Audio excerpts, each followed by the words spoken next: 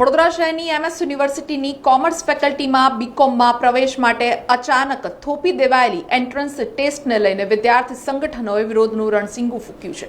સયાજીરાવ ગાયકવાડની નગરી વડોદરામાં સૌને સસ્તું અને સારું શિક્ષણ આપવાના સૂત્રના લીરે લીલા ઉડી રહ્યા હોય તેવો ઘાટ સર્જાયો છે. એમએસ યુનિવર્સિટીની કોમર્સ ફેકલ્ટીમાં બીકોમમાં પ્રવેશ માટે અચાનક થોપી દેવાયેલી એન્ટ્રન્સ ટેસ્ટ હવે માત્ર નિયમ નથી રહ્યું પણ વિવાદનું વંટોળ બની ગઈ છે. યુનિવર્સિટીના તગલખી નિર્ણય સામે વિદ્યાર્થી સંગઠનોએ રણસીંગું ફૂંક્યું છે અને સત્તાધીશોના માનસિક સ્વાસ્થ્ય માટે ગેટ વેલ સૂનના બેનરો સાથે ઉગ્ર વિરોધની ચીમકી વિદ્યાર્થી નેતાઓએ ઉચ્ચારી છે. રાજ્યની અને એક પણ યુનિવર્સિટીમાં બીકોમ માટે આવી કોઈ પણ પ્રવેશ પરીક્ષા પ્રથા નથી તો માત્ર એમએસયુમાં જ કેમ?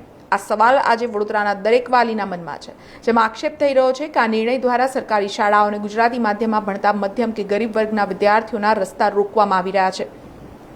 જે વિદ્યાર્થીઓ માંડ ફી ભરી શકે છે તેઓ હવે એન્ટ્રન્સના નામે મોંઘી પ્રાઇવેટ યુનિવર્સિટીઓ તરફ ધકેલાશે અથવા ઉચ્ચ શિક્ષણથી વંચિત રહી જશે. સૌથી ચોંકાવનારી બાબત એ છે કે હજુ તો યુનિવર્સિટીએ નિર્ણયની જાહેરાત કરી નથી ત્યારે વાત મળી રહી છે કે શહેરના ખાનગી કોચિંગ ક્લાસીસવાળાઓએ એન્ટ્રન્સ ટેસ્ટ પાસ કરાવવા મોંઘા પેકેજીસ લોન્ચ કરી દીધા છે. આ ઘટનાક્રમ સીધો નિર્દેશ કરે છે કે શિક્ષણ હવે સેવાની જગ્યાએ વેપાર બની ગયું છે. શું યુનિવર્સિટીનું તંત્ર જાણી જોઈને ખાનગી ક્લાસીસના માલિકોના ખિસ્સા ભરવા માટે આ રસ્તો કરી રહ્યું છે? તેવા ગંભીર સવાલો ઊભા થયા છે. ત્યારે વિદ્યાર્થી નેતા નિખિલ સોલંકી દ્વારા એમએસ યુનિવર્સિટીમાં ડીન ગેટવેલ સૂનના બેનર લગાવવાની ચીમકી આપી છે. સાથે જ જો આ નિર્ણય તાત્કાલિક પાછો ખેંચવામાં નહીં આવે તો યુનિવર્સિટીના ચારે દરવાજા પર વિરોધ કરવામાં આવશે તેમ જણાવ્યું હતું. જે રીતે અમને જાણવા મળ્યું હમણાં 2-3 દિવસથી જે સમાચાર સાંભળવામાં આવી રહ્યા છે કે હવે કોમર્સ ફેકલ્ટીમાં બીકોમમાં પણ એડમિશન લેવું હશે તો હવે એન્ટ્રન્સ એક્ઝામ આપવી પડશે. એન્ટ્રન્સ એક્ઝામ પાસ કર્યા પછી જ વિદ્યાર્થીને બીકોમમાં એડમિશન મળશે. એટલે કંઈક ને કંઈક આ તાનાશાહી હિટલરશાહી કોમર્સ ફેકલ્ટીની અંદર આ પ્રજ્ઞેશ શાહ સર દ્વારા કરવામાં આવી હોય તેવું અમને લાગી આવે છે. તમે જુઓ કે જીકાસનું નામ જ ગુજરાત કોમન એડમિશન સર્વિસ છે, જેના નામની અંદર જ કોમન એડમિશન સર્વિસ છે. તો ગુજરાતની કોઈ પણ યુનિવર્સિટી હોય કે પછી સૌરાષ્ટ્ર યુનિવર્સિટી હોય, ગુરુ ગોવિંદ યુનિવર્સિટી હોય, સરદાર પટેલ યુનિવર્સિટી હોય, તો કોઈ જગ્યાએ એન્ટ્રન્સ એક્ઝામ ના હોય તો પછી શા માટે આપણી એમએસ યુનિવર્સિટીની અંદર એન્ટ્રન્સ એક્ઝામ લેવામાં આવે? એટલે કંઈક ને કંઈક આ જે પ્રજ્ઞેશ શાહ સરને આટલા વર્ષો પછી કંઈક ને કંઈક હોદ્દો મળ્યો છે તો એ હોદ્દાનો રૂબાબ હજુ પણ આમનો ઉતર્યો નથી અને એ પોતાની તાનાશાહી કોમર્સ ફેકલ્ટીની અંદર ચલાવવા માંગે છે. તમે જુઓ કે અગાઉ પણ વિદ્યાર્થીઓના મટીરિયલ બંધ કરી નાખ્યા, ઝેરોક્સ સેન્ટર બંધ કરી નાખ્યું, વિદ્યાર્થીઓના નામે મોટી ઇવેન્ટ કરીને ફંડ ઉઘરાવી લીધું અને હવે વડોદરાના વિદ્યાર્થીઓને પણ વડોદરાની એમએસ યુનિવર્સિટીમાં એડમિશન ના મળે તે રીતનો કારસો આ પ્રજ્ઞેશ શાહ સર દ્વારા ઘડવામાં આવ્યો હોય તેવું લાગી આવે છે. એટલે કે કંઈક ને કંઈક આ નિર્ણય પ્રાઇવેટ યુનિવર્સિટીને ફાયદો કરાવવા માટે અને વડોદરાના વિદ્યાર્થીઓને વડોદરાથી દૂરની યુનિવર્સિટીમાં પ્રાઇવેટ યુનિવર્સિટીમાં જવું પડે તે રીતનો કારસો ઘડીને મૂક્યો છે. એટલે આ એન્ટ્રન્સ એક્ઝામ ફક્ત ને ફક્ત એમએસ યુનિવર્સિટીમાં લેવી એનો અમારો વિરોધ છે. કારણ કે તમે જુઓ કે આ સર પોતાને બહુ હોશિયાર સમજતા હોય, પોતાને ખૂબ સારા સમજતા હોય તો બીજી બધી યુનિવર્સિટીના ડીન કે બીજી બધી યુનિવર્સિટીના વાઇસ ચાન્સેલર શું મૂર્ખા છે? તો એ લોકો બીકોમની અંદર એન્ટ્રન્સ એક્ઝામ નથી લેતા. તમે જ એકલા હોશિયાર છો એવું સાબિત કરવા માંગો છો.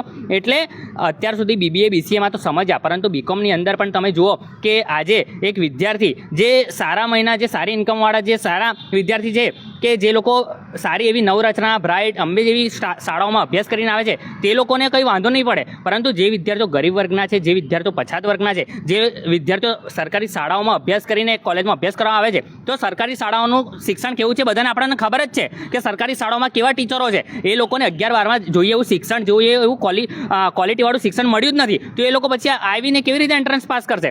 અને મોટાભાગે વડોદરાના વિદ્યાર્થીઓ ગુજરાતી મીડિયમમાંથી આવે છે અને ગુજરાતી મીડિયમમાંથી આવીને ડાયરેક્ટ ઇંગ્લિશ મીડિયમમાં એક્ઝામ આપી પહેલાં તો એ લોકોને ક્વેશ્ચન સમજવામાં જ તકલીફ પડી હશે. એટલે જે ઇંગ્લિશ મીડિયમના વિદ્યાર્થી છે એ લોકોને તો વાંધો નહીં આવે. અમે એવું નથી કહેતા કે આ નિર્ણય ખરાબ છે, એન્ટ્રન્સ લેવી સારી ગુણવત્તાવાળા વિદ્યાર્થીઓ આવે એ બરોબર છે, પરંતુ કંઈક ને કંઈક આ વિદ્યાર્થીઓ માટે ખોટું છે અને બીકોમની અંદર તો એન્ટ્રન્સ ના જ હોવી જોઈએ અને જો હોવી જોઈએ તો પછી ગુજરાતની બધી જ યુનિવર્સિટીમાં હોવી જોઈએ અને તો જ જીકાસનો આ નિર્ણય અમે યોગ્ય ગણીશું. એટલે જીકાસને પણ અમે કહેવા માંગીએ છીએ કે જો તમારે કરવું હોય તો તમારા નામની અંદર જે કોમન એડમિશન સર્વિસ છે તેને ધ્યાનમાં રાખીને ગુજરાતની તમામ યુનિવર્સિટીમાં કરજો, ના કે ફક્ત એમએસ યુનિવર્સિટીમાં.